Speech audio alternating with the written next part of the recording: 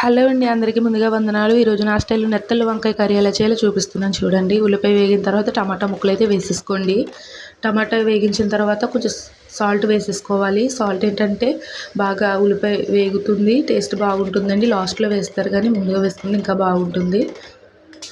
తర్వాత మూత పెట్టేసుకొని కాసేపు మగ్గించిన తర్వాత వంకాయ ముక్కలన్నీ వేసేసుకోండి. వంకాయ ముక్కలన్నీ వేసేసుకున్నాక ఇప్పుడు కొంచెం పసుపు వేసుకుంటే పచ్చివాసన రాకుండా ఉంటుంది. కూర కూడా రుచిగా ఉంటుందండి. ఇప్పుడు కాసేపు మగ్గించిన తర్వాత చూడండి ఎంత బాగా మగ్గిందో, ఉడికింది. ఇప్పుడైతే నెత్తళ్ళు వేసేసుకోవాలి. నెత్తళ్ళు నూనెలో వేగించుకుంటే ఇంకా బాగుంటుందండి, కానీ నేను ఇలాగే వేస్తున్నాను. ఇలా కూడా బాగానే ఉంటుంది. ఇప్పుడు కారం వేసేసుకోవాలండి. గుడ్డు ఒకటే ఉందంటే అని చూడకండి, గుడ్డు నేను ముందుగా తినేసాను, నాకు కూరలు అంత ఇష్టం ఉండదని.